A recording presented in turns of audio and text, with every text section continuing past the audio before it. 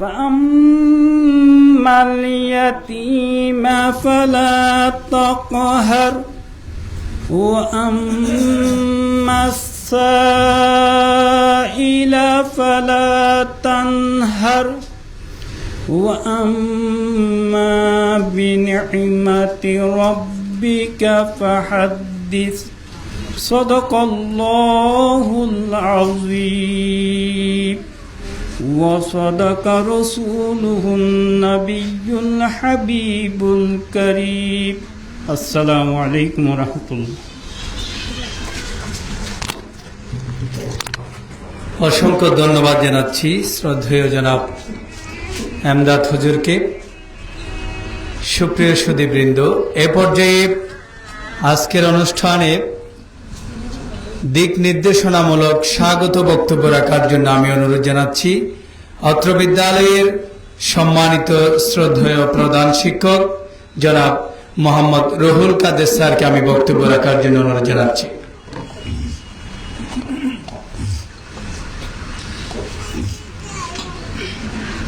আউযু বিল্লাহি মিনাশ শাইতানির রাজীম বিসমিল্লাহির রহমানির রহিম।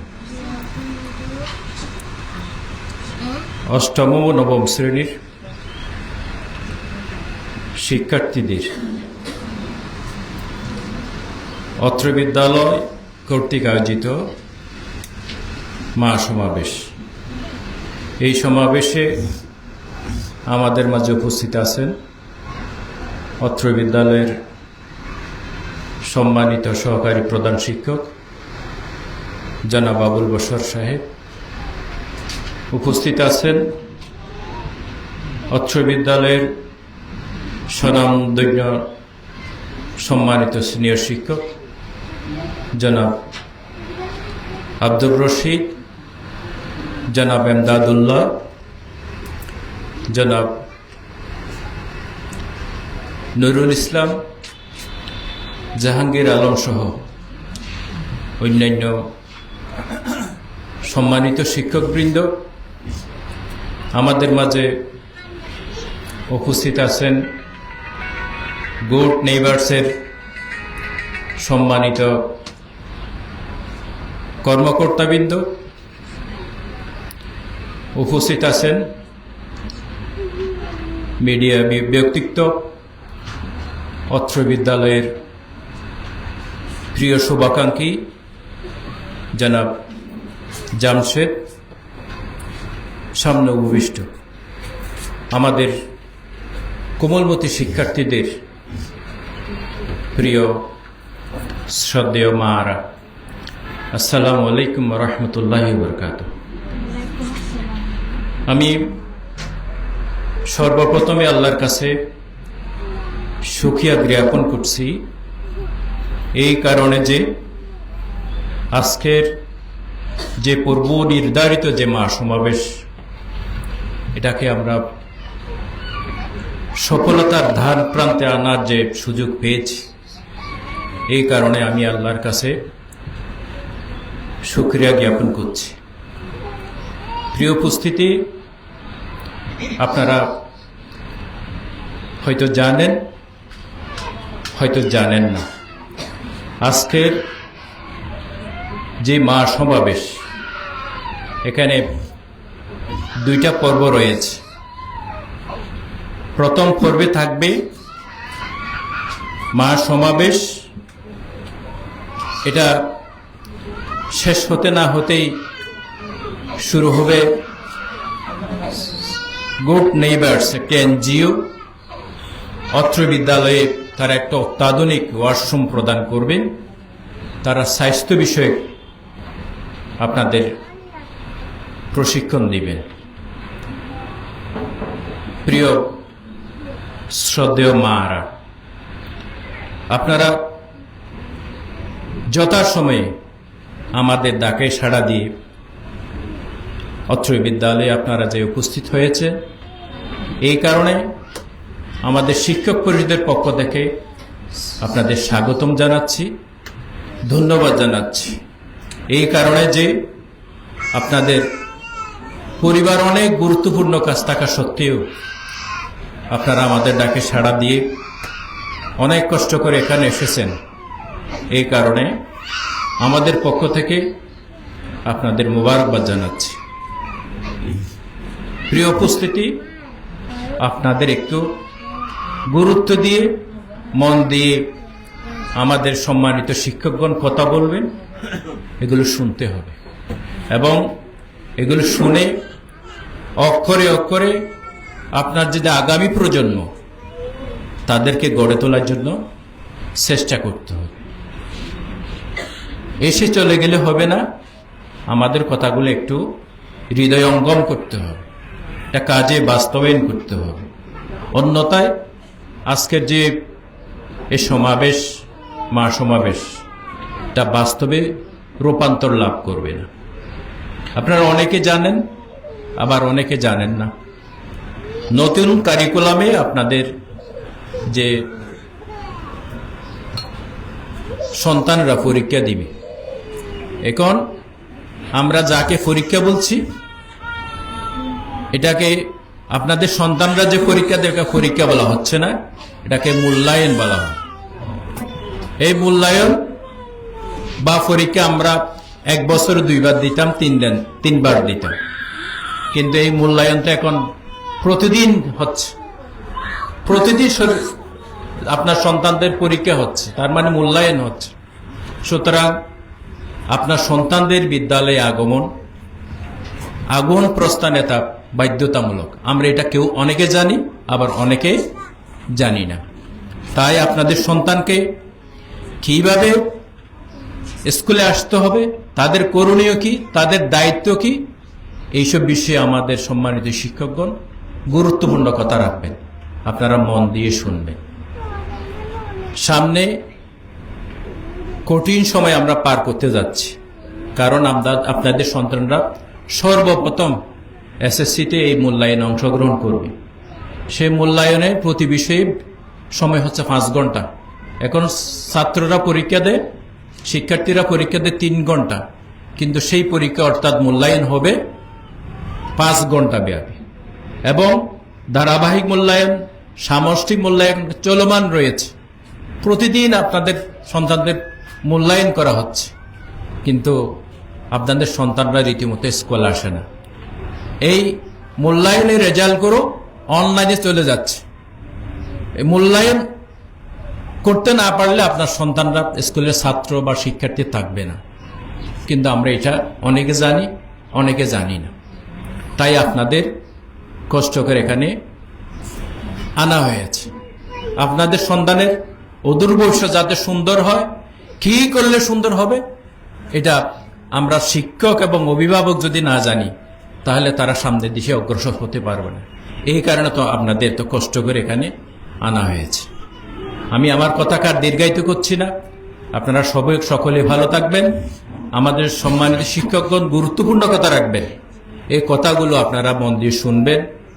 আমি আবারও যথাসময়ে এখানে যারা এসেছেন তাদের আমার পক্ষ থেকে, শিক্ষকদের পক্ষ থেকে আপনাদের ধন্যবাদ জানিয়ে আজকের এই মহাসমাবেশ এবং গুড নেইবার্সের যে প্রশিক্ষণ আপনাদের জন্য এটা সফল এবং সার্থক হোক, এই আশাবাদ ব্যক্ত করে সকলকে ধন্যবাদ এবং মোবারকবাদ জানিয়ে আমার কথা এখানেই শেষ করছি।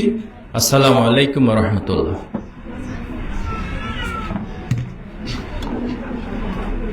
ধন্যবাদ জানাচ্ছি অত্র বিদ্যালয়ের সম্মানিত সুদক্ষ শ্রদ্ধেয় প্রধান শিক্ষক স্যারকে। সুধীবৃন্দু, আজকের মহাসমাবেশে এ পর্যায়ে গুরুত্বপূর্ণ বক্তব্য রাখবেন অত্র বিদ্যালয়ের সম্মানিত সিনিয়র শিক্ষক জনাব নাজিম উদ্দিন স্যার। জনাব নাজিম উদ্দিন স্যারকে আমি বক্তব্য রাখার জন্য অনুরোধ জানাচ্ছি।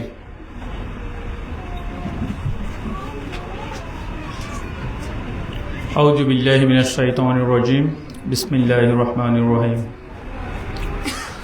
বদরকারী কলোনিদেশন উচ্চ বিদ্যালয় কর্তৃক আয়োজিত অষ্টম ও নবম শ্রেণীর শিক্ষার্থীদের অভিভাবক তথা মহাসমাবেশে উপস্থিত অত্র বিদ্যালয়ের সম্মানিত প্রধান শিক্ষক মহোদয়, উপস্থিত আছেন অত্র বিদ্যালয়ের সহকারী প্রধান শিক্ষক মহোদয়, আমাদের মাঝে আরও উপস্থিত আছেন সিনিয়র শিক্ষকবৃন্দ, সহকারী শিক্ষকবৃন্দ এবং আমার সামনে উপবিষ্ট কচি কাঁচা কোমলমতি শিক্ষার্থীদের মাবৃন্দ এবং গোট নেওয়ার্সের সম্মানিত কর্মকর্তাবৃন্দ, সবাইকে আমার সালাম ও শুভেচ্ছা গ্রহণ করুন। আসসালামু আলাইকুম ওয়া রাহমাতুল্লাহ। আমি আরও ধন্যবাদ জানাচ্ছি আজকে এই মহতী অনুষ্ঠানে সম্মানিত মাদের, যারা ফ্যামিলির অনেক গুরুত্বপূর্ণ কাজ ফেলে আমাদের ডাকে সাড়া দিয়েছেন। আমরা জানি সুশিক্ষাই জাতির মেরুদণ্ড। সুশিক্ষা ছাড়া কোনো জাতি উন্নতির পথে আরোহণ করতে পারে না। আর এই শিক্ষা আমরা দুইভাবেই অর্জন করি। একটাকে বলি আমরা প্রাতিষ্ঠানিক শিক্ষা, আরেকটাকে বলি অপ্রাতিষ্ঠানিক বা অপ্রাতিষ্ঠানিক শিক্ষা। আর প্রাতিষ্ঠানিক শিক্ষা হলো শিক্ষার্থীরা স্কুল, কলেজ, মাদ্রাসা, বিশ্ববিদ্যালয় যে শিক্ষা অর্জন করে। আর অপ্রাতিষ্ঠানিক বা অনানুষ্ঠানিক শিক্ষা যেগুলি বিভিন্ন প্রকৃতি থেকে শিক্ষা লাভ করে। তো এখন আমি বর্তমান শিক্ষা ব্যবস্থা অর্থাৎ তথা নিউ কারিকুলাম যেটা আসছে, নতুন কারিকুলাম শিক্ষা পদ্ধতি কি এবং সরকার কি চাচ্ছে, আমাদের জাতি কিভাবে গড়ে উঠতেছে সে সম্পর্কে আপনাদের আমি একটু ধারণা দিব। আমাদের আগের শিক্ষা ব্যবস্থা যেটা ছিল, এটা ছিল মুখস্থ নির্ভর। অর্থাৎ আমরা এখানে তাদেরকে একটা পড়া দিব, সাপোজ মনে করেন একটা রচনা দিলাম, একটা প্যারাগ্রাফ দিলাম, তারা সেটা বাসায় গিয়ে সারা রাত মুখস্থ করে পরের দিন এখানে দিতে হবে। এটা হলো মুখস্থ নির্ভর। আর তখনকারের জ্ঞানের পরিমাপ ছিল একজন শিক্ষার্থী কি পরিমাণ মেধা অর্থাৎ কি পরিমাণ মুখস্থ বিদ্যা তার মেমোরিতে কতক্ষণ রাখতে পারে সেটার পরিমাপ করা, এবং আমরা সেটা নিতাম অতীতের পরীক্ষার মাধ্যমে। আর পরীক্ষাটা ছিল লিখিত। এখানে মৌখিক অথবা তার আচরণের কোনো মাপকাঠি ছিল না। কিন্তু দিন যখন পাল্টে যাচ্ছে, সভ্যতা যতই অগ্রগতি হচ্ছে, উন্নত হচ্ছে, সরকার অনুধাবন করতেছে যে কি আগের যেই শিক্ষা ব্যবস্থা ছিল, এই শিক্ষা ব্যবস্থা দিয়ে অন্যান্য দেশের সাথে তথা বিশ্বের সাথে তাল মিলিয়ে যোগ্যতা অর্জন করা যাবে না। সেই হিসাবে প্রতিটি দেশে প্রতি 10 বছর অন্তর শিক্ষা ব্যবস্থা পরিবর্তন করা হয়, যাতে বিশ্বের অন্যান্য দেশের সাথে তাল মিলিয়ে তথা যোগ্যতা অর্জন করে খাপ খাওয়ানো যায়। সেই হিসাবে বর্তমানে আমাদের যেই কারিকুলাম, এটাকে বলি আমরা যোগ্যতা ভিত্তিক কারিকুলাম। অর্থাৎ একজন শিক্ষার্থী সে কি শিখেছে তার যোগ্যতায় পরিমাপ করা হবে। আর পড়ানোর পদ্ধতি তথা যোগ্যতা অর্জনের পদ্ধতি হলো শিক্ষক শুধু ক্লাসের মধ্যে মডারেটর ভূমিকা পালন করবে। অর্থাৎ শিক্ষক দেখবে যে কি শিক্ষার্থীরা কি করতেছে। যেমন আমি সামান্য একটা উদাহরণ দিই। আগে ছিল যে কি বলছি যে কি একটা সাপোজ এটা টেবিল ধরেন, দৈর্ঘ্য 5 মিটার, প্রস্থ 4 মিটার, এর ক্ষেত্রফল কত হবে?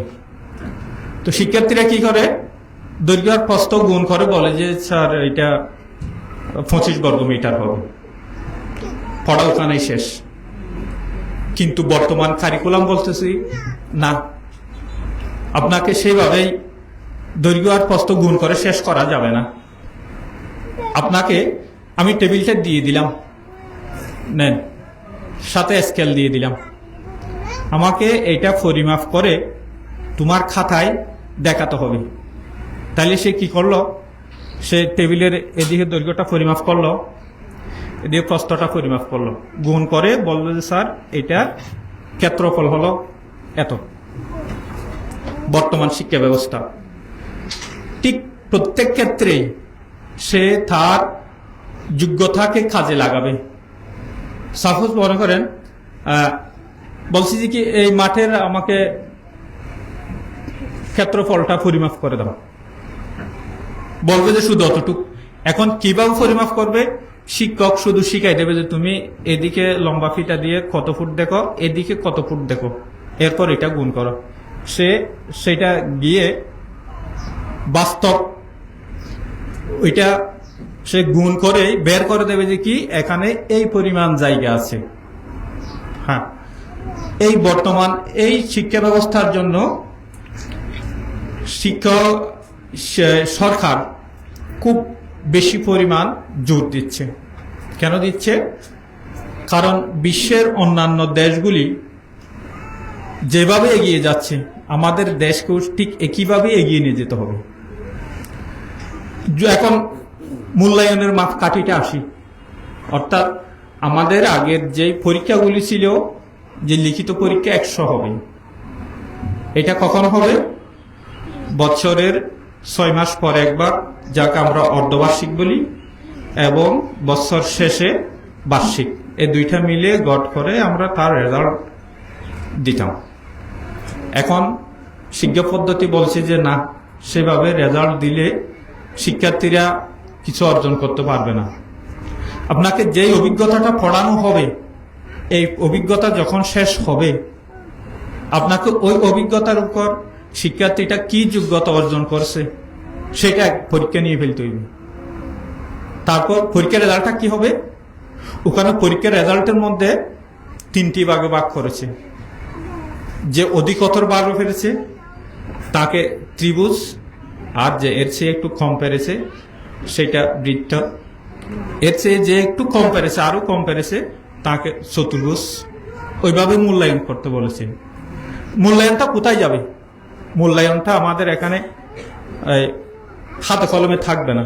ওরা অ্যাপস দিছে, অ্যাপস এর মাঝে ওর নামের পাশে, ওর রুলের পাশে ওই ঘরগুলো আছে।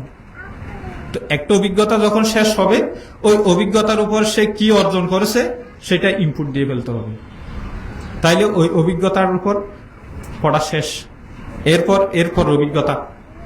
এভাবেই যেতে যেতে যখন 6 মাস হয়ে যাবে, সরকার আরেকটা নির্দেশনা দেবে যে এই অভিজ্ঞতাগুলো পড়িয়েছে, এখন এর উপর কি এই প্রশ্নগুলি যাচাই করো, তাদের অর্জনটা ঠিক আছে কিনা। তখন ওইটা মূল্যায়ন করে ইনপুট দিয়ে আমাদের 6 মাস পর একটা রেজাল্ট অনলাইন দিয়ে দেবে। এখন তো গেল শুধু ওই আপনার যোগ্যতা ভিত্তিক পড়ালেখাই। আবার বলছে যে না, শুধু যোগ্যতা ভিত্তিক পড়ালেখা করতে হবে না, ওই শিক্ষার্থী তার আচরণের কি পরিবর্তন আসে, তার আচরণটা কি রকম, সে যখন ক্লাসে কাজ করতে দিছি সে কি দলের সবাই বসে কাজ করেছে নাকি দৌড়াদৌড়ি করেছে, তার উপরে একটা নাম্বার আছে। সে শিক্ষকের সাথে কিভাবে আচরণ করেছে তার উপর একটা নাম্বার আছে। সে ঠিকমতো আসছে কিনা, গেছে কিনা, তার গেট আপ কেমন, সবগুলোর উপর একটা পরীক্ষা আছে। ওইটাকে আমরা বলি বিআই, বিহেভিয়ারাল ইন্ডিকেটর। ওই দুইটার সমষ্টি মিলেই বছর শেষে একটা রিপোর্ট কার্ড বের হবে। ওই রিপোর্ট কার্ডের মধ্যে ওই রিপোর্ট কার্ডটাই অনলাইন থেকে বের হবে। আমরা সে যে যোগ্যতা অর্জন করেছে, আমরা তার যোগ্যতা থেকে যে ইনপুট দিয়েছি, ওই ইনপুটের ভিত্তিতে যে রিপোর্ট কার্ড বের হবে ওইটাই হবে তার রেজাল্ট। এখানে কাতে কলমে নম্বর বসিয়ে কোনো নাম্বার দেওয়ার, যোগ্যতা যাচাই করার আর কোনো সুযোগ নেই। এখন এইভাবে যদি শিক্ষা ব্যবস্থা হয়, এখন একজন স্টুডেন্ট যদি না আসে, সাপোজ মনে করেন আজকে এই স্টুডেন্টটা আসলো না, আমি মূল্যায়ন নিয়ে নিলাম, তার ক্ষেত্রে কি হবে? সে পিছনে পড়বে না? অবশ্যই পড়বে, কারণ তার যোগ্যতাটাও আমি পরিমাপ করতে পারি নাই, তাকে ইনপুট দিতে পারি নাই। ঠিক তার পাশের জনকে আমি কি দিছি? ইনপুট দিয়েছি, সে ভালো রেজাল্ট করেছে, তার রিপোর্ট ভালো এসছে, এর রিপোর্ট ভালো আসে নাই। তাহলে আপনারা তখন আমাদেরকে বলবেন যে স্যার আমার ছেলেটা মেয়েটা দেখতে পারে না, নম্বর দেয় নাই, তখন দুষ্টা আমাদের উপর বার্তাবে। কিন্তু সে যে আসে নাই, এসে যে মূল্যায়ন অংশগ্রহণ করে নাই, করলেও যে তাকে যে কাজ দিছি সে কাজ করে নাই, সে খেলা করতেছে, সেইটা আপনারা দেখবেন না। তো এই জন্য সেটা আপনাদের দেখতে হইবে। এই শুধুমাত্র দেখছি যে এই মাসেই আমাদের প্রায় স্টুডেন্ট উপস্থিত, তার মধ্যেও 3 ভাগের 1 ভাগ স্টুডেন্ট উপস্থিত, আরো 2 ভাগ স্টুডেন্ট উপস্থিত নেই। তাহলে এই আর 2 ভাগ স্টুডেন্টের অবস্থা কি হবে? ঠিক রেজাল্ট কার্ড যখন বের হবে তখন সবগুলো আমাদের উপর বার্তাবে, কারণ আমরা দিছি যে এগুলো ইনপুটগুলো। তো এই ধারণাটা আপনাদের পাল্টাতে হবে। আপনাদের সন্তানকে যদি সুশিক্ষায় শিক্ষিত করতে চান, প্রতিদিনই স্কুলে পাঠাতে হবে।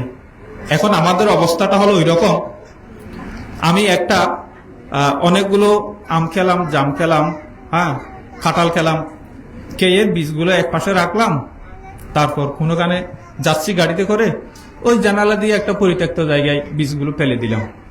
ফেলে দেওয়ার পর এখান থেকে কয়েকটা চারা উঠলো, কে যত্ন করলো না দেখলাম না, যে সোয়াবের উদ্দেশ্যে ফেলে দিলাম আর কি।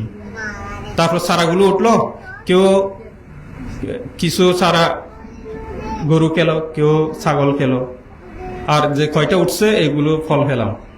এখন আমাদের ব্যবস্থাটা হলো সেরকম, কারণ ঠিক আমরা সন্তান জন্ম দিয়েছি, কিন্তু সন্তানের দেখাশোনা আমাদের মাঝে এখনো বোধগম্য হয় নাই।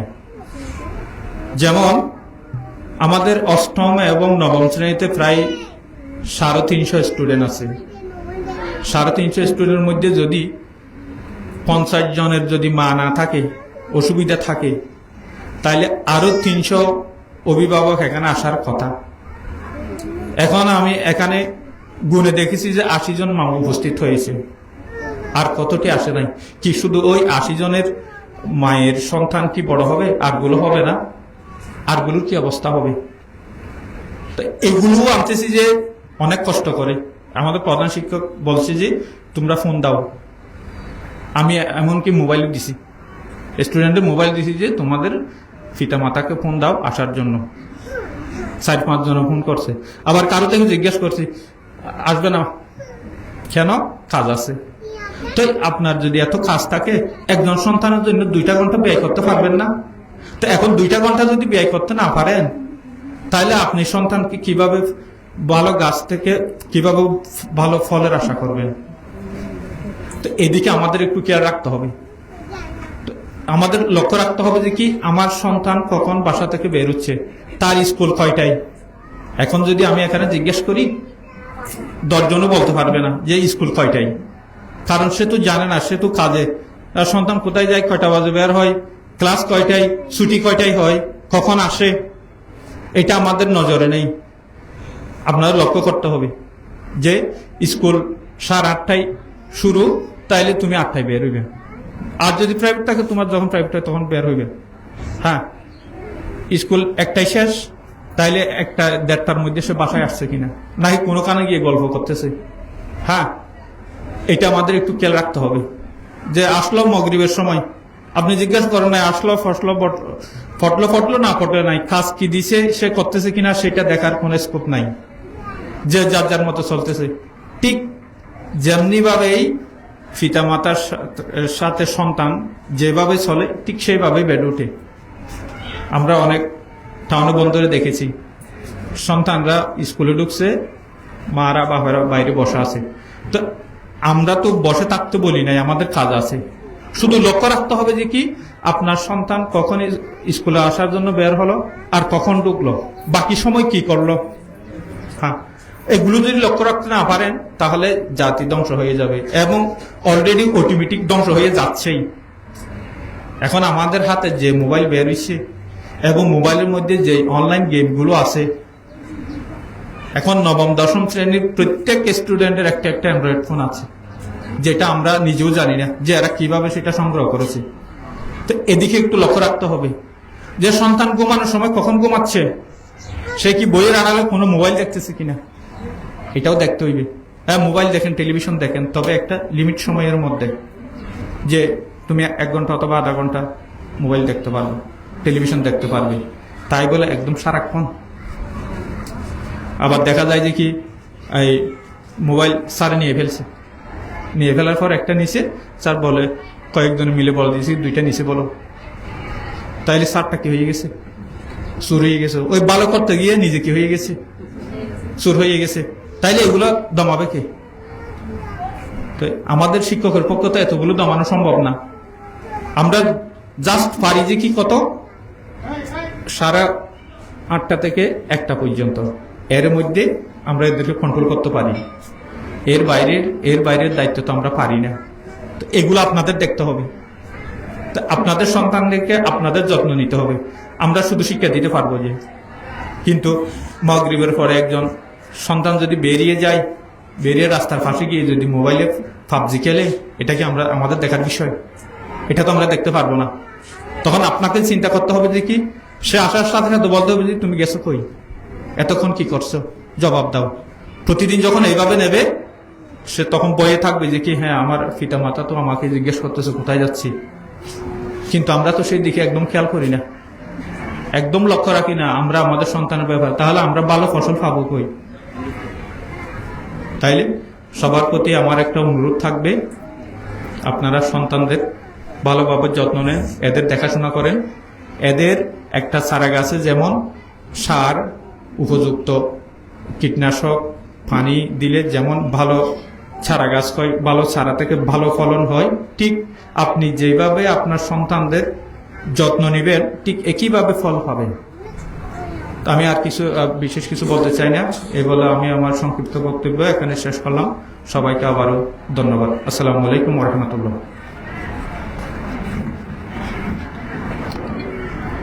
ধন্যবাদ জানাচ্ছি। সুধীবৃন্দ, আজকের মা সমাবেশে এ পর্যায়ে আমাদের মাঝে বক্তব্য রাখবেন অত্র বিদ্যালয়ের সম্মানিত সিনিয়র শিক্ষক জনাব আব্দুর রশিদ স্যার। আমি আব্দুর রশিদ স্যারকে বক্তব্য রাখার জন্য অনুরোধ জানাচ্ছি।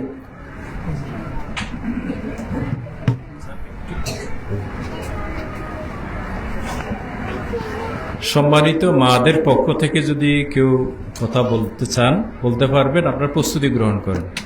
এটা উন্মুক্ত, যে কেউ কথা বলতে পারবেন। যদি কথা বলার ইচ্ছা থাকে আপনি একটু প্রস্তুতি গ্রহণ করেন। আমাদেরও কিছু পরামর্শ আপনারা দিবেন। আমরা শিক্ষক, আপনাদের দিক নির্দেশনা আপনার সন্তানের জন্য উপকারে আসে। আশা করি আপনারা কয়েকজন কথা বলবেন। ধন্যবাদ সকলকে। আউযু বিল্লাহি মিনাশ শাইতানির রাজিম। বিসমিল্লাহির রহমানির রহিম। অধ্যকার বদরখালী কলেজ বিশ্ববিদ্যালয় কর্তৃক আয়োজিত অষ্টম ও নবম শ্রেণীর ছাত্রছাত্রীদের অভিভাবক হিসেবে মা সমাবেশের সম্মানিত সভাপতি, প্রধান শিক্ষক অত্র বিদ্যালয়, উপস্থিত সহকারী প্রধান শিক্ষক মহোদয়, আমার সম্মানিত সহকর্মীবৃন্দ, গুড নেইবার্সের সম্মানিত প্রতিনিধিবৃন্দ এবং যাদের জন্য এই আয়োজন, আমার ছাত্রছাত্রীদের মায়েরা, সর্বপ্রথম আমার শুভেচ্ছা ও সালাম গ্রহণ করুন। আসসালামু আলাইকুম রহমতুল্লাহ।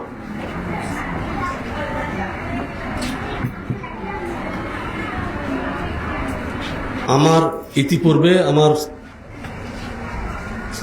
স্যার নাজিম স্যার আপনাদের সামনে বর্তমান কারিকুলামের লক্ষ্য উদ্দেশ্য কি তা চেষ্টা করেছেন বোঝানোর জন্য। মূল্যায়নেও অনেক কিছু আলোচনা করেছেন। আমি মূল্যায়নে আরেকটু যোগ করতে চাই। আজকের উদ্দেশ্য হচ্ছে আপনাদের ছেলেদের কীভাবে মূল্যায়ন আমরা করব এই বিষয়ে এটা আপনাদেরকে একটু নজর দিতে হবে এক্ষেত্রে। কারণ আপনার ছেলে আমাদের কাছে থাকে 6 ঘন্টা সবচেয়ে বেশি, আর 18 ঘন্টা থাকে আপনাদের কাছে। তাহলে প্রথমে আসি উপস্থিতি। আমরা প্রত্যেকজন এক এক ক্লাসের প্রথম ঘন্টায় আমাদের ক্লাস আছে। আমরা যখন ক্লাসে যাই তখন দেখি 100 জন ছেলে মেয়ে আছে, ওখানে দেখেছে 40 জন, 35 জন, 45 জন, 42 জন উপস্থিত। তাহলে আর 55 জন, 56 জন তার অনুপস্থিত। যেমন আজকে আমার 3টা ক্লাসে মূল্যায়ন আছে, 3টা ঘন্টা। 110 জন যে ক্লাস, ওই ক্লাসে আসছে 56 জন। আমি এসে জিজ্ঞেস করলাম, আজকে তো মা সমাবেশ, তোমাদের মায়ের আসবে তো? বলছে আসবে না স্যার। ক্লাস 9 কথা বলি। আমি দাঁড় করাইলাম কারা কারা আসবে। ওই সময় আমার হেড স্যার গেছে ওখানে। হেড স্যার খুব রাগ করছে। রাগ করার পর আবার বলছে যে ঠিক আছে, তোমরা এখন নিয়ে আসো। তো আমরা তো আপনাদেরকে আহ্বান করি, আপনারা এই 1 ঘন্টা 1.5 ঘন্টা সময়ে যা আসছেন, আপনাদেরকেও আগাতে হবে, শুধু আমরা আগালে হব না। এখন আপনার এই যে 56 জন ছেলে আসে নাই, এই 56 ছেলের মূল্যায়নটা কি হবে? আপনার ছেলে তো ওখানে আমি মূল্যায়নের করে কিছু দিতে পারবো না। যদি 3টা ঘর খালি থাকে, আজকে যদি আরো একজন স্যারের মূল্যায়ন থাকে বা আরো একজন স্যারের মূল্যায়ন, 3টা ঘরে থাকলে 3টে বিষয়ের ঘরে খালি থাকলে এই ছেলে নেক্সট ক্লাসে প্রমোশন পাবে না। ইতিপূর্বে এই কারিকুলামের আগে হেড স্যারকে বললে, হেড স্যার আবার শিক্ষকদেরকে বলে যে কি করবেন আপনারা চিন্তা করেন, আমরা এলাকার ছেলে মেয়ে যাবে কোথায়, স্যার দিয়ে দেন না, আগে ভালো করে দেখবে। আমি যে মূল্যায়নটা আজকে করছি, এই মূল্যায়নের রেকর্ড আজকের মধ্যে আমাকে মন্ত্রণালয়ে ইনপুট দিতে হবে। আমি কালকে আসলে এইটা দেওয়ার সুযোগ নাই। আপনার ছেলে আজকে অসুস্থ, স্যার আমার ছেলে হ্যাঁ অসুস্থ হতে পারে, যদি অসুস্থ হয় জানাতে হবে, স্যার আমার ছেলে মেয়ে অসুস্থ, আমি ওই জন্য অন্তত ইনপুট দিব না, ওখানে তুলে ফেলবো। আপনার ছেলে মেয়ের জন্য তারপর দিন 2 দিন অপেক্ষা করবো আরো। এরপরে এটা আমরা আলোচনা করি, সময় টাইম টু টাইম আমার প্রধানের সাথে আমরা আলোচনা করি। অসুস্থ হলে যদি খবর পাই 3 দিন অপেক্ষা করবো আমরা, 3 দিন পরে না হলে আমরা ইনপুট দিয়ে দেব। ওখানে যখন 3টে বিষয় যদি চতুর্ভুজ থাকে, আবার বলতেছি আমি, 3টে বিষয়ের মধ্যে যদি চতুর্ভুজ থাকে, ওই ছেলে আপনি মারা যেতে পারেন, আপনার ছেলে মারা যেতে পারে, নেক্সট ক্লাসে যাবে না। তো আপনারা কি আপনার ক্লাসকে, আপনার সন্তানকে একই ক্লাসে রেখে দিতে চান? যদি আপনারা রেখে দিতে চান, তাহলে ছেলেদের মেয়েদের কোনো দায়িত্ব নেওয়ার দরকার নেই। আমরা তো আপনার ছেলেকে বাড়ি থেকে দেখে নিয়ে আসতে পারবো না। আমরা যে আসে না ওই জন্য অনেক মন্দ কথাও বলি, বকাবকি করি, আদরও করি, কিন্তু আপনাদেরকে তো সচেতন থাকতে হবে। এবং এবার দ্বিতীয় কথায়, আপনার ছেলে 10 দিন পর আজকে আসলো, আসার পর আমি এখানে অভিজ্ঞতা বলছে স্যার, একটা অভিজ্ঞতার মধ্যে যোগ্যতার মাপকাঠি আছে 5-6টা, 5টা আছে, 3টা আছে, 1টা আছে। এখন আপনার ছেলে দ্বিতীয় অভিজ্ঞতা আসলো, দ্বিতীয় যোগ্যতা আসলো, ওই অভিজ্ঞতার তৃতীয় যোগ্যতা আসলো, এই প্রথম আর দ্বিতীয় আসে নাই, সে তৃতীয় যোগ্যতাটা বুঝবে না কিছু। কারণ একটার সাথে আরেকটা সম্পর্ক। এখানে কি বলা হয়েছে, দ্বিতীয় বুকে বলছে যে ওখান থেকে আপনি কি পেয়েছেন ওইটা এখানে লিখুন। তাহলে এই যদি করে না আসে, এখানে কি লিখবে? তাহলে ছেলেটা বাসায় বাড়িতে কি বলতেছে যে এখানে কোনো পড়ালেখা নাই, এখানে কোনো পড়ালেখা নাই, ওখানে স্যার ক্লাস ঠিক মতো করে না। আপনার ছেলের বক্তব্য আপনাকে কি বলবো ওখানে? তখন আপনারাও হালকা হয়ে যান। তখন সরকার কিছু গালাগালি করেন, টিচারদেরকে কি করেন, টিচার এখন সরকার করলেন, টিচারদের করতে অসুবিধা নাই, হ্যাঁ আমাদেরকেও করেন, সরকারকেও করেন, আমাদের ছেলেগুলো নষ্ট হয়ে যাচ্ছে। এইগুলো আসলে পড়ালেখা আগের চেয়ে অনেক বেশি আছে এখানে। যদি পড়ালেখা করে, স্যার বাসায় করতে করার কিছু নেই, বাসায় করতে হবে না, এখানে বুঝ দিয়ে ওইটা আসলে সে বুঝবে কি করতে হবে, স্যাররা চেষ্টা করে বোঝানোর জন্য। স্যাররা চেষ্টা করলে বোঝানোর জন্য, ছাত্রদেরকে বোঝার জন্য চেষ্টা থাকতে হবে। আমরা দেখি ছেলেরা, অধিকাংশ ছেলে মেয়ে কি একটা ক্লাসের মধ্যে 5-10 জন 15 জন 20 জন মোটামুটি একটু শুনে এরা আনসার করতে পারে, বাকিগুলা গা বাসায় দেয়।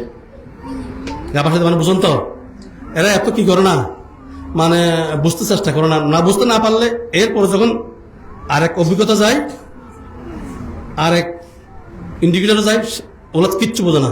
তা না বুঝলে মূল্যায়ন তো করতে হবে ওখানে। আজকে আমার মূল্যায়নে দেখি যে আসে নাই, যারা আসছে ওখান থেকে অনেকে আনে নাই।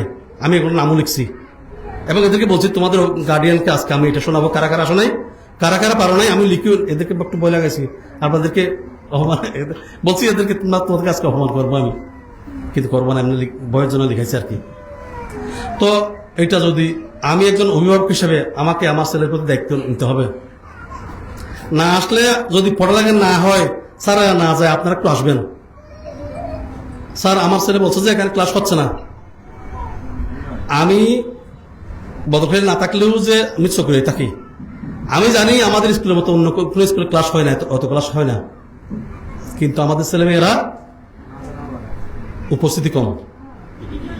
উপস্থিতি কম, এটা হয়তো আমাদের কপাল খারাপ, না হয় আপনাদের কপাল খারাপ, যেগুলো একটা হবে।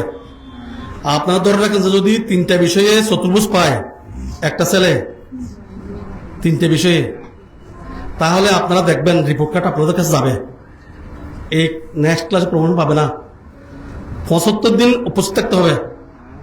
100 দিনের মধ্যে 75 দিন যে সরকারি বিধিমালা, ওইটা প্রেজেন্ট করতে সামনে মাসে মাসে টিচার আজকে 30 দিনের মধ্যে 10 দিন আসছে, ফেব্রুয়ারিতে 12 দিন আসছে, এইভাবে গুনে গুনে রেকর্ড চলে যাচ্ছে। যদি 100 দিনের মধ্যে 75 দিন না থাকে তাহলে তাও প্রমোশন পাবে না। যদি অসুস্থ হয়, অসুখ বিষয় আল্লাহর নিয়ামত, ওইটা থাকলে ওইটা বিশেষ বিবেচনা আছে, তার একটা চ্যাপ্টার আছে, ওইটা আপনাকে বলা দরকার নেই। তাহলে আজকে আপনাদেরকে এইভাবে আনার কারণ হচ্ছে এই মূল্যায়নের বিষয়টা। দ্বিতীয় হচ্ছে আপনাদের ছেলে মেয়েদেরকে মোবাইল আপনাদের থেকে মানে যুদ্ধ করে নেয়, আমার এই কাজ আছে, আমাকে মোবাইল দিতে হবে। তা আপনি না না না করতে, আমি কিছু তাহলে আমিও করবো না। আপনি মোবাইল না দিলে ছেলে বলবো আমি আর কিছু করতে পারতেছি না। ওখান থেকে আসলে ইউটিউব থেকে দেখে দেখে করার জন্য এরা খুঁজে। তা আপনাকে মোবাইল দিতেও হবে, তবে দেওয়ার কি আছে, সিস্টেম আছে একটা। আপনাকে টেবিলের পাশে বসে থাকতে হবে, না হয় এর পাশে বসবেন। এর আপনি ছেলে ওইদিকে, আপনি এদিকে বসলে হবে না, আপনাকে ওই পাশে বসতে হবে। দেন 2 ঘন্টা দেন রাত্রে, কোনো সমস্যা নেই। কারণ আপনার ছেলে দেখতেছে কি, লিখতেছে কি, ওটা আপনাকে দেখতে হবে। ওই জন্য আপনার ছেলে যদি আমার ছেলে খারাপ হয়ে যায়, দায়ী আপনি নিজে, আমাকে দায়ী করলে হবে না। আমাকে মোবাইল দিতে হবে, মোবাইল না দিলে হবে না, আবার মোবাইল দিতে হবে, নিজেকে দেখতেও হবে, ওইটা নজর রাখবেন। মোবাইল না দিলে ছেলে ডাক্তার বলবে যে আমি কি করবো, আপনি মোবাইল দেন, আমি লিখতে পারিনি স্যার, লেখা নিতে পারিনি, তাহলে আপনি কোনোভাবে মুক্ত না, আপনাকে কষ্ট করতে হবে। আমি জানি আপনাদের সে অন্য অন্য এলাকায় যারা উপজেলা সদর জেলা সদর আছে অনেক বেশি কষ্ট করতেছে। এই ওই ধরনের স্কুলে এইভাবে 1 ঘন্টা 2 ঘন্টা সময় দিয়ে অভিভাবককে ডাকা নিতে হয় না, ওর অভিভাবক কেমনি চলে যায়।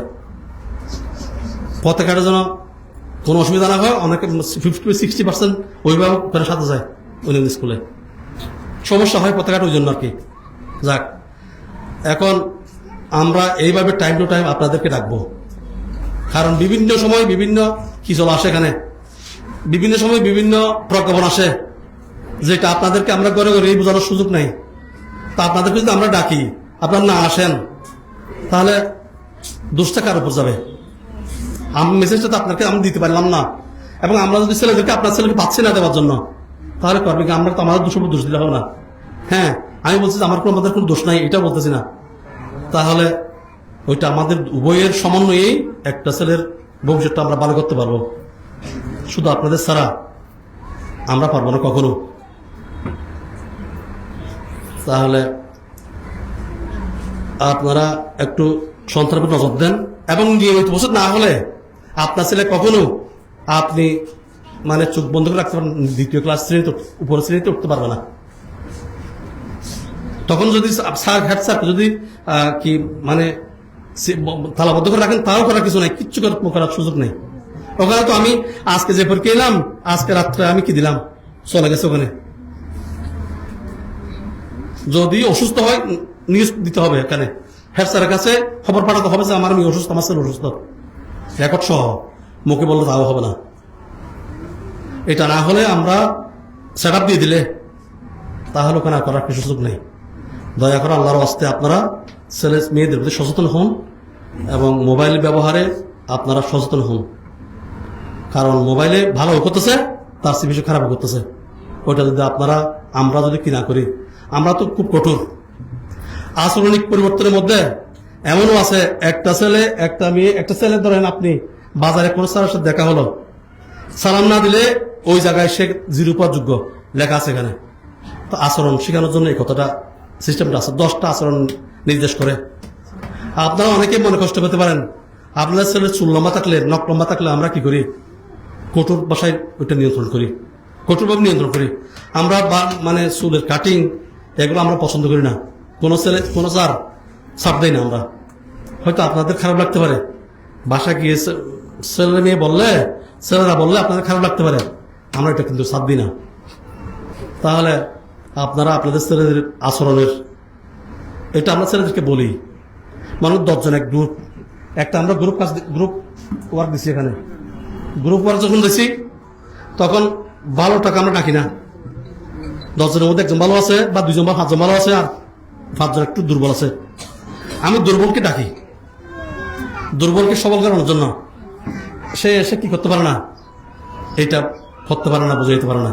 তখন আমরা বলি যে তোমাদেরকে নম্বর কম দিব, যারা ভালো তাদেরকে নম্বর কম দিব। স্যার কেন তোমরা এদেরকে হেল্প করো না কেন? ভালো মন্দ মিশনের কারণ হচ্ছে যে ভালোগুলাকে খারাপগুলাকে যেগুলো দুর্বল আছে এদেরকে সহায়তা করে তোমার মতো করে যাওয়ার জন্য গ্রুপটা দলটা করি। তো এইভাবে আমরা চেষ্টা করতেছি, যেভাবে হোক, বকা দিয়ে হোক, মানে যেভাবে হোক আমরা চেষ্টা করতেছি ভালো করার জন্য। সাধারণত আপনাদেরকেও কি করতে হবে, একটু মানে নজর রাখতে হবে, আপনাদের ছেলে মেয়ের প্রতি নজর রাখতে হবে। যেহেতু 3 গুণ টাইম বেশি থাকে আপনাদের কাছে, আমাদের কাছে যতক্ষণ থাকে তার চেয়ে 3 গুণ টাইম বেশি আপনাদের কাছে থাকে। তো আপনারা যদি উদাসীন হন, আমাদের কিছু থাকবে না। আপনাদের ছেলে মেয়েকে নিয়মিত স্কুলে না পাঠান, তাহলে মূল্যায়ন কিন্তু চলতেছেই, প্রত্যেকটা স্যার মূল্যায়ন করে ফেলতেছে। তো আমরা যদি একটা ক্লাসে গিয়ে যদি 2-3 জন 4 জন অনুপস্থিত থাক, সমস্যা নেই। যদি এখানে অনুপস্থিতি বেশি হয়, আমাদের করার কিছু থাকবে না। এইটা বলার জন্য স্যার আপনাদেরকে ডাকতেছে, শুধু এটা বলার জন্য যে যদি নিয়মিত না আসে, মূল্যায়নে যদি এরা চলে যায়, যদি উপর ক্লাসে উঠতে না পারে, আমাদেরকে যেন কিছু বলতে না পারেন, কোন দায়ী করতে না পারেন। কোন নেতা, কোন প্রধানমন্ত্রী এখানে সুযোগ নেই এখানে পরিস্থিতি তুলে দেওয়ার জন্য। অতএব আপনারা কি করবেন, ছেলেদেরকে পাঠাই দেবেন, টুকটুক জ্বর হলে বসে রাখবেন না, তাও পাঠাবেন। আমরা দেখবো, খারাপ লাগলে আমরা ডাক্তারের কাছে দিয়ে পাঠিয়ে দেবো আপনাদের কাছে। এরপর উপস্থিতিটা নিশ্চিত করবেন। আমাদের আর কিছু বলার নেই। আপনারা একটু যদি ছেলেদের নজর দেন, তাহলে আমরা ইনশাল্লাহ ভবিষ্যতে ভালো করতে পারবো। এগুলো আমি আপনার কাছ থেকে বিদায় নিলাম। আসসালামু আলাইকুম রহমতুল্লাহ।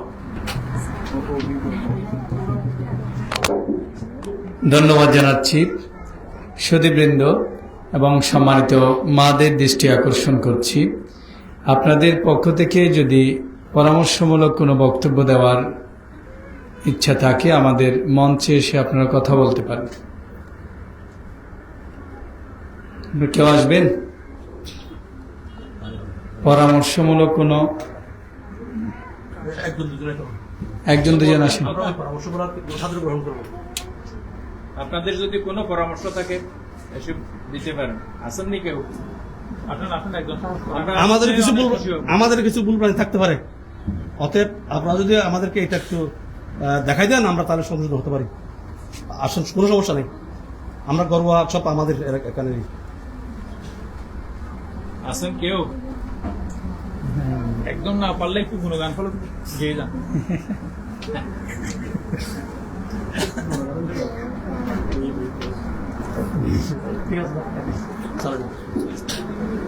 আপনারা একটা বিষয় খুব যত্ন সহকারে শুনবেন, সেটা হচ্ছে যারা বর্তমানে 9ম শ্রেণীতে পড়তেছে, তারা যখন আগামী বছর দশমে ওঠার পরে এসএসসি পরীক্ষা দিবে, 75% ক্লাসে উপস্থিত না থাকলে তারা এসএসসি পরীক্ষা দিতে পারবে না। এই বিষয়টা মাথায় রাখবেন। 75% যদি তারা ক্লাসে উপস্থিত না থাকে এসএসসি পরীক্ষায় অংশগ্রহণ করতে পারবে না। পরীক্ষায় পাশ করলেও টেস্ট পরীক্ষায় পাশ করলেও পরীক্ষায় অংশগ্রহণ করতে পারবে না। সুধীবৃন্দ, এ পর্যায়ে আমি সমাপনী বক্তব্য রাখার জন্য অনুরোধ জানাচ্ছি অত্র বিদ্যালয়ের সম্মানিত সহকারী প্রধান শিক্ষক শ্রদ্ধেয় জনাব আবুল বশর স্যারকে আমি বক্তব্য রাখার জন্য অনুরোধ জানাচ্ছি।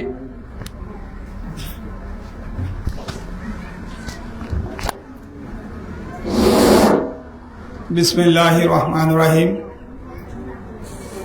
অধ্যক্ষার মা সমাবেশের সম্মানিত সভাপতি মহোদয়, উপস্থিত অত্র বিদ্যালয়ের সম্মানিত সিনিয়র শিক্ষক মণ্ডলী, সহকারী শিক্ষকগণ এবং আমার সামনে আমার ছাত্রছাত্রীর পরম শ্রদ্ধেয় মা যারা উপস্থিত আছেন, সবার উদ্দেশ্যে আসসালামু আলাইকুম রহমতুল্লাহ বারাকাতুহু।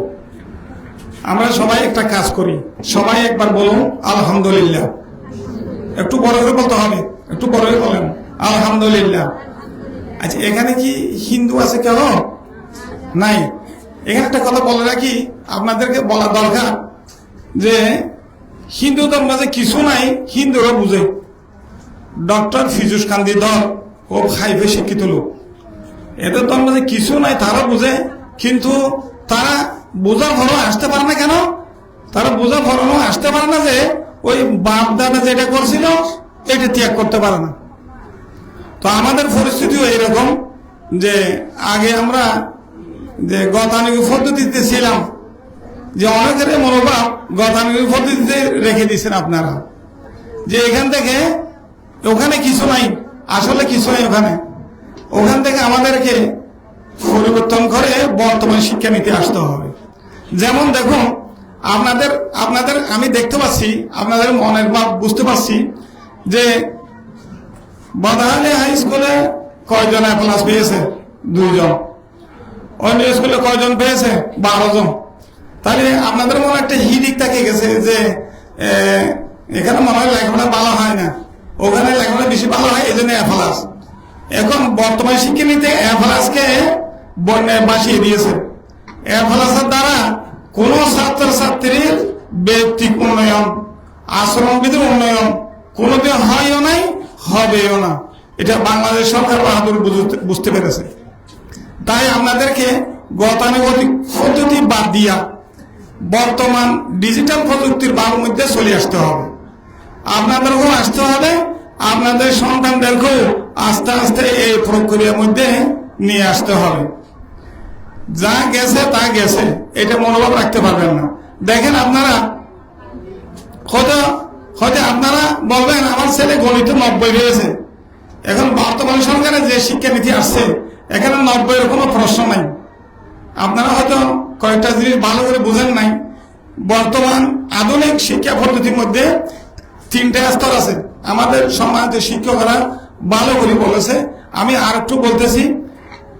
3 প্রকার যে আপনাদের ছাত্রছাত্রীকে বিভক্ত করে, তার মধ্যে একদম খারাপ প্রকৃতি যেটা, এটা হচ্ছে বর্গক্ষেত্র চতুর্ভুজ। চতুর্ভুজ দেবে, যে চতুর্ভুজ দেওয়া মানে আপনার ছেলে মেয়ের বেড়ে কিছু নাই। আর কিছু কিছু যারা শিখছে, কিছু আপনারা আমরা পরিবর্তন করতে পারছি।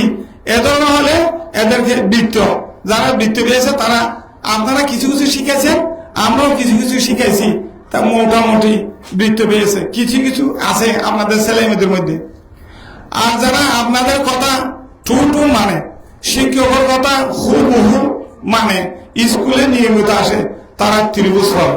ত্রিভুজ হচ্ছে এ প্লাসের উপরে। তাহলে দেখেন, এটা একটা কথা।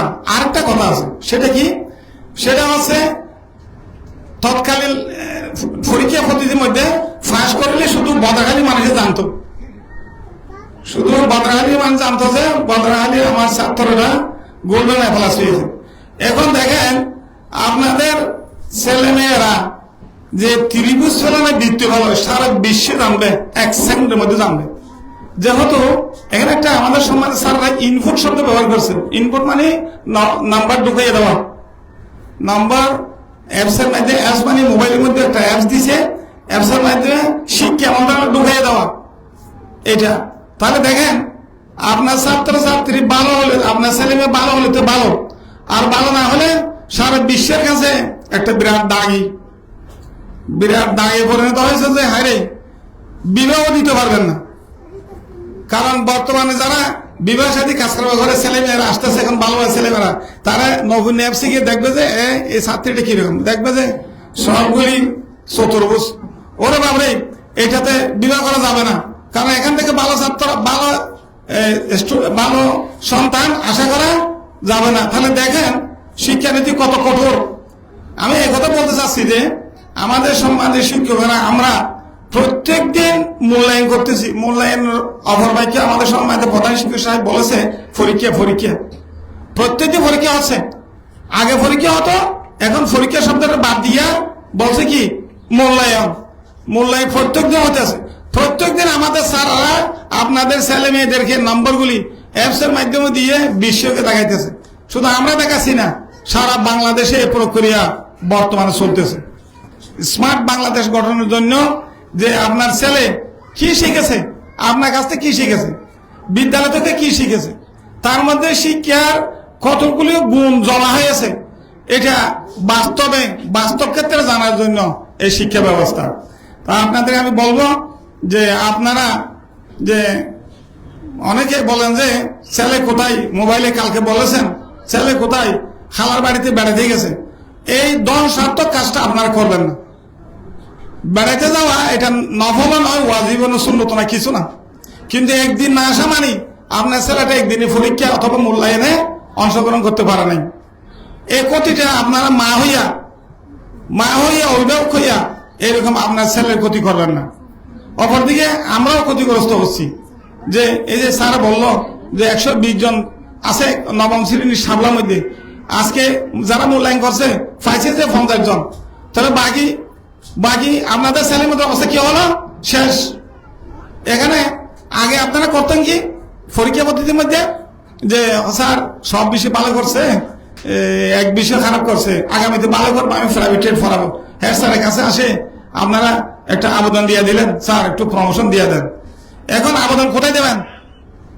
হ্যাঁ স্যারের কাছে, আমাদের কাছে কোনো ক্ষমতা নাই, আবেদন দেওয়ার কোনো সুযোগ নাই।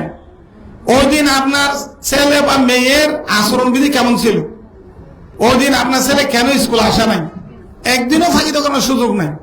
তাহলে আমাদেরকে কঠোরভাবে মানতে হবে যে আপনার ছেলে বা মেয়ে একদিনের জন্য বিদ্যালয়ে অনুপস্থিত থাকতে পারবেন না। তো এটা জানবেন কি করে? আমাদের সম্মানিত প্রধান শিক্ষক মহোদয়ের মোবাইল নম্বর রাখবেন। আপনাদের ছেলে মেয়েরা মিথ্যা কথা বলে যে আজকে স্কুল বন্ধ দিছি, এই সমস্ত কথা বলে, কাইন্ডলি জেনে নেবেন। মোবাইল নম্বর আমাদের সম্মানিত সকল শিক্ষকের মোবাইল নম্বর জেনে নেবেন, জেনে নিয়ে দেখবেন বিদ্যালয় অবস্থা কিরকম, সত্যি কি স্কুল খোলা না বন্ধ। উদাহরণস্বরূপ এই যে রেমাল ঘূর্ণিঝড় হয়েছে না, রেমাল ঘূর্ণিঝড়ের মধ্যে আমরা স্কুল খোলা রাখছিলাম, শুধু একদিন বন্ধ রাখছিলাম। যে এর পরবর্তী আপনাদের একটা ছেলেও স্কুল আসা নাই, একটা ছেলেও একটা মেয়েও স্কুল আসা নাই, এরকম পরপর 2 দিন আসা নাই। পক্ষান্তরে আমরা সকল শিক্ষক, সম্মানিত প্রধান শিক্ষক সহ আমরা টেবিলে বসাছিলাম, আমাদের দায়িত্ব আমরা পালন করছি, সেটা সামনে বলতেছি। তো বলা হচ্ছে যে আপনাদের বলতে দিছে ওখানে স্কুল বন্ধ, ঘূর্ণিঝড় সংক্রান্ত বিষয়ে যে লেখাপড়া হচ্ছে না, এই বলে থাকবেন না। সম্মানিত প্রধান শিক্ষক নিকট, শ্রদ্ধেয় অন্যান্য শিক্ষকের নিকট মোবাইল করে জানবেন স্কুল কি খোলা, জানবেন কখন? 8:30 আগে। আমাদের স্কুল এখন মর্নিং স্কুল, 8:30 আগে জানবেন যে স্কুল খোলা কিনা। যদি খোলা হয় অবশ্যই ফাটা দিতে হবে। আর যদি আপনারা মোবাইল ইউজ করতে জানেন, স্কুলে ফেসবুক আছে একটা, স্কুলে ফেসবুক গিয়েও জানতে পারবেন স্কুল কি খোলা না বন্ধ। এখন আগের মতো কোনো দামাদার সিস্টেম নাই যে আমাদের স্কুলে যে আমরা মাসমাস করতেছি, মানে প্রধানমন্ত্রী চাইলে সেটা দেখতে পারে। এখন খোলা, যে কোনো সময় ফেস, স্কুল নামে ফেস খোলা হয়েছে, কি হচ্ছে না হচ্ছে, কোন স্যারে কি পড়াচ্ছে না পড়াচ্ছে, এগুলি ফেস খুললেই আপনারা বুঝতে পারবেন। তো আমি আপনাদের বলবো যে প্রথমে প্রথমে আল্লাহর কাছে শুকরিয়া আদায় করি। কিছু মনে করবেন না, বকাবি করতেছি না আমি আপনাদের ছেলে। প্রথমে আল্লাহর কাছে শুকরিয়া আদায় করি, আপনারা এখানে আসছেন, আমাদের সামনাসামনি দেখা হলো, আল্লাহ মাফ করলে করবে, এই জন্য আলহামদুলিল্লাহ আমরা বলছি। আলহামদুলিল্লাহ খুব বরকতময় শব্দ। এই দ্বিতীয় কথা হচ্ছে, আপনাদেরকে আমাদের সম্মানিত প্রধান শিক্ষক সাহেব এখানে ডেকেছে যে আপনারা আপনাদের ছেলে মেয়ে বিয়ে পারে কতটুকু অগ্রসর, শুধু আমাদের উপর ছাড়ি দিলে তো এই কাজ হবে না। আমরা উপস্থিত ফাইলেই আপনাদের ছেলেদের মেয়েদের আচরণ এটা পরিবর্তন করার চেষ্টা করতে পারি, কিন্তু না আসলে কি করব? এই কথাটা আপনাদেরকে সবে নিয়ে জানার জন্য যে আজকে এই মা সমাবেশ। অত বলতে পারেন বাপ সমাবেশ হয় না কেন, যে বাবারা যে বিভিন্ন কাজকর্মে থাকে, এদিক ওদিকে যায়, বেশিরভাগ মারা সন্তানদের ব্যবস্থা নেই। অপরদিকে আরেকটি কারণ আছে, সেটা হচ্ছে আমাদের স্কুলে বেশিরভাগ মেয়ে, তো মেয়েদের খবরাখবর বেশিরভাগ মার কাছে থাকে, বেশিরভাগ মেয়ে। তো নেবেন যে এই শিক্ষা পদ্ধতি অত্যন্ত সহজ শিক্ষা পদ্ধতি, যদি হুবহু আপনার ছেলে বা মেয়ে শিক্ষা পদ্ধতি মানে, তা দেখবেন একটা সুন্দর জীবন গঠন করতে পারবে, কিছু শিখে যাবে ভবিষ্যতের জন্য। স্কুলে উপস্থিত থাকলে পরীক্ষা দিতে পারবে না, এগুলি কেউ রক্ষা করতে পারবে না।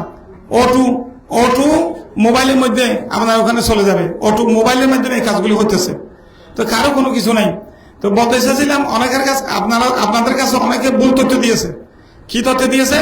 যে এই শিক্ষা নিতে কোনো কিছু লেখাপড়া নাই, যে আগে শিক্ষা পদ্ধতির নম্বর পাইতে 80 নম্বর 60 নম্বর 70 নম্বর এ পদ্ধতি, এগুলি কি ত্রিভুজ বৃত্ত, হ্যাঁ চতুর্ভুজ। যে আপনারা বইগুলি একটু খুলে দেখবেন, উচ্চতর দক্ষতার লেখাপড়া এখানে আগের চেয়ে 50 গুণ বেশি আছে। উচ্চতর দক্ষতার ভিতরে কথার ভিতরে বড় বড় প্রশ্ন তাকিয়ে গেছে, অনেক লেখাপড়া তাকিয়ে গেছে। তো যারা বলে তারা এগুলি পড়ে দেখেও নাই, পড়ার ইচ্ছেও নাই আমার মনে হয়। এখানে বইটা এমন সুন্দরভাবে লেখা যে একটু খেয়াল করলে, আপনারা খেয়াল করলে বুঝতে পারবেন যে তোমাকে তো স্কুল যেতে হবে। অপরদিকে আপনাদের কাছে একটা ভুল তথ্য আছে, সেটা কি? সেটা হচ্ছে মার কাছে বাবার কাছে যে বড় স্যারে বলছে যে আজকে শিক্ষা উপকরণ দিতে হবে, কিনতে হবে লাইব্রেরি থেকে, 50 টাকা লাগবে, 40 টাকা লাগবে। আমি এটা ভুল ভাঙতে চাই। এইরকম শিক্ষা উপকরণের জন্য কোনো টাকা দেওয়া যাবে না। শিক্ষা উপকরণ আপনাদের বাড়িতেই আছে। এই যে বিগত বছরের ক্যালেন্ডার আছে না, ক্যালেন্ডারের অপর পৃষ্ঠা 60 আছে না, ওখানে একটা ক্যালেন্ডার নিয়ে আসবে। কাগজ লাগিলে, ফুল লাগিলে, পাতা লাগিলে, গাছের আশেপাশে ফাড়ায়, এগুলি আছে। সহজলভ্য উপকরণ ব্যবহার করতে হবে, যাতে পিতা মাতার টাকা খরচ না হয়। এই ব্যবস্থায় শিক্ষানীতিতে অথচ আমাদের ছাত্রছাত্রীরা বাড়িতে গিয়ে এগুলি বলবে খেয়ালে স্ট্যান্ডার্ড টাইপের কাগজ নেয়, 40 টাকা 30 টাকা, রঙিন কাগজ লাগবে, এই লাগবে সে রঙিন কাগজ আমাদের বিদ্যালয় থেকে সম্মানিত প্রধান শিক্ষক সাহেব সরবরাহ করবে। এরকম ব্যবস্থা এখানে আছে। অতএব কোন ছেলে মেয়ে যদি আপনাদেরকে এই ব্যাপারে কোনো টাকা পয়সা খুঁজে দেবেন না, অতিরিক্ত টাকা খরচ করার এই শিক্ষা নিতে কোনো ব্যবস্থাই নেই। তো আপনাদেরকে আমি আরেকটি কথা জানাতে চাই যে আপনাদের মেয়েরা আসলে কোনো মেয়ে না ভালো খারাপ না, খুব ভালো, কিন্তু সঙ্গ দোষে খারাপ হয়ে যায়। আপনারা হয়তো জানেন না বা অনেকে জানে থাকবেন, আমরা যারা শিক্ষক আছি এখান সম্মানিত প্রধান শিক্ষক সহ, যে অনেকের ঘরের মেয়েরা এই যে জেডিতে গিয়ে আলাপ করে, এই করে সেই করে, অ্যাক্সিডেন্ট হয়ে যায়, গাড়ি ঘোড়া বিভিন্ন জায়গায় চলে যায়। শেষে একটা প্রত্যয় পত্রের জন্য সমাজের প্রধান শিক্ষক নিকট আসে, আমি একটা কাগজ দিয়ে কেস করবো, মামলা করবেন কেন? এর আগে আপনি আপনার মেয়ে কি বলতেছে আপনি তো জানেন অবশ্যই, কি করতেছে, কার সাথে কথা বলতেছে, এগুলি খোঁজ নেওয়া আপনার উচিত না? খোঁজ নিয়ে যদি খাবার দিতে না পারেন, যদি সামাল দিতে না পারেন, আমাদের সহযোগিতা নেবেন, সমাজের প্রধান শিক্ষক সহযোগিতা নেবেন, যে আমি কি করতে পারি, এই মেয়েটা আমার কথা বুঝে না, বুঝতে চায় না, এ হতেছে সে হতেছে, আমাদের সাথে শেয়ার করবেন, আমরা আপনাদেরকে হেল্প করবো এই ব্যাপারে। তা আমরা আশা করব আপনাদের মেয়েগুলি যথাসময়ে স্কুল আসবে, যথাসময়ে স্কুল থেকে যাবে। আপনারা এও জানি খুশি হবেন যে আমাদের সমাজের প্রধান শিক্ষক যে স্কুল শুরুর আগে মাইক দিয়া, এই মাইক নিচে টাঙ্গানো অবস্থায় থাকে, মাইক দিয়ে বলা হয়েছে যে গেটের বাইরে কোনো মেয়ে বের হতে পারবে না। তো তোমাদের যদি কলম লাগে, খাওয়ার কিছু লাগে, আমাদের এখানে অফিস সহকারী আছে, এখানে আমাদের জন্ম আছে, এদেরকে বলবা যে এদের দিয়া এগুলি আনতে পারবে তোমরা, কলম খাতা যা লাগে। বাইরে যাওয়ার কোনো স্কোপ নাই, আমরা এই সুযোগ দিই না, তো অনেকে এরকম সুযোগ নেই। তো আরেকটা কথা হচ্ছে যে এরকম আমাদের হয়তো সামনে স্কুলটা মর্নিং না থাকতে পারে, না থাকলে এদেরকে হট করে কিছু শুকনা খাবার দেওয়ার ব্যবস্থা করবেন। দুপুরের খাবারের জন্য খালার বাড়িতে, নানির বাড়িতে ওগুলি যাওয়া যাবে না। আপনারা নিশ্চয় জানেন খালার বাড়ি, নানের বাড়ি যত সব গন্ডগোলের বোঝা এখানে এরকম হয়ে যায়। আরেকটা কথা বলবো যে দেখা গেছে যে আপনাদের ছেলে মেয়েদের বই পুস্তক ব্যাপারে কোনো যত্ন নাই। বই দিছে, কোথায় ফেলে দিছে, সিঁড়ি ফেলে দিছে, কি করছে না করছে তার দিকে খেয়াল নাই। এখানে আসে আমাদেরকে বলে যে আরেকটা বই দিতে হবে। সরকার তো বই দিয়েছে, আমরা কাউকে ফেরত দিই নাই, আমরা বই দিয়েছি। আপনাদের কাছে আর একটা খারাপ তথ্য আছে, সেটা হচ্ছে যে স্কুলে বেতন না দিলে মারে। বেতন না দিলে মারে, পরীক্ষা দিতে দেবে না। কোন দিন কোন ছাত্রছাত্রী আমরা এখান থেকে ফেরত দিই নাই। বলেছি যে তোমার এতটুকু টাকা পয়সা বাকি, এগুলি কালকে দাও, পরশু দাও, কিস্তি কিস্তি করে দিয়ে দাও, কিন্তু পরীক্ষা দিতে হবে। যেগুলি মূল্যায়ন আছে মূল্যায়নে থাকো তুমি। এখান থেকে সরাসরি আমরা কাউকে এরকম পাঠাই নাই। এইরকম খারাপ ধারণা থেকে আপনাদেরকে ফিরে আসতে হবে। আপনারা মা, আপনারা সবাই বুঝেন আপনার ছেলে মেয়ে কি করতে হবে না করতে হবে। আপনারা আমাদের সাথে একটু শেয়ার করবেন, আমাদের স্কুলকে সামনে লেখাপড়া একটু যাওয়ার জন্য, অগ্রসর হওয়ার জন্য আপনারা সহযোগিতা করবেন। সামনে ডাকিলে আসবেন। অনেক মারা আজকে তথ্য দিছে যে খরে এটা খেলা যা করে, এটা কি তুই লেখাপড়া করছ না, তোর সারা ডাকি দেন নদিন। এইরকম মনোভাব থাকতে পারে আপনাদের, যে ছেলে মেয়েদের সাথে আপনাদের এরকম বিরত থাকতে পারে। তো তাকিলেও আমরা যদি ডাকি আপনারা আসবেন, এই মারাত্মক কথাটা আমাদের সময় প্রধান শিক্ষক বা অন্য শিক্ষককে বলে দেবেন। আমরা সংশোধনের চেষ্টা করব, বোঝানো বলার চেষ্টা করব। বলবে কে থাকবেন না, বলে নড়াচড়ায় জড়িত থাকবেন না। আপনাদের কাছে আমাদের অনুরোধ, বিদ্যালয় কর্তৃপক্ষ যে কোনো সময় মোবাইল করলে, যে কোনো সময় এখানে চিঠিপত্র পাঠাইলে একটু সাড়া দেবেন। আমরা আপনাদেরকে সম্মান করি। বিদ্যালয়ের পক্ষ থেকে আমি আপনাদেরকে এখানে আসার জন্য ধন্যবাদ জানাই। আপনাদের সুস্বাস্থ্য ভালো থাকুক। শিক্ষানীতি সংক্রান্ত বিষয়ে আপনারা নিশ্চয় জেনেছেন যে এই যে নতুন শিক্ষা পদ্ধতি, এখানে মূল্যায়ন হবে, 2 প্রকারের মূল্যায়ন হবে। এই মূল্যায়ন ব্যাপারে আপনারা জেনেছেন, প্রত্যেক দিন মূল্যায়ন চলতেছে। অতএব আপনার ছেলেকে প্রতিদিন স্কুলে আসতে হবে। স্কুল বন্ধ খোলার সময় প্রধান শিক্ষক নিকট থেকে জানতে হবে যে তিরস্কারমূলক কোনো বক্তব্য কারো কাছে শুনলে আমাদের কাছে শেয়ার করবেন, যে আমরা কোনোদিন কোনো ছাত্রকে তিরস্কার করি না, চেষ্টা করি মানুষ করার জন্য। এগুলি আমাদের মেয়ে, আপনাদের মেয়ে মানে আমাদের মেয়ে। বাইরের লোকের কান দেবেন না যে আগামীতে ডাকিলে এরসি আরো 2 গুণ করে এখানে আসবেন। আমি আপনাদের সুস্বাস্থ্য কামনা করে আমার বক্তব্য এখানে শেষ করছি। আসসালামু আলাইকুম ওয়া রাহমাতুল্লাহি ওয়া বারাকাতুহু।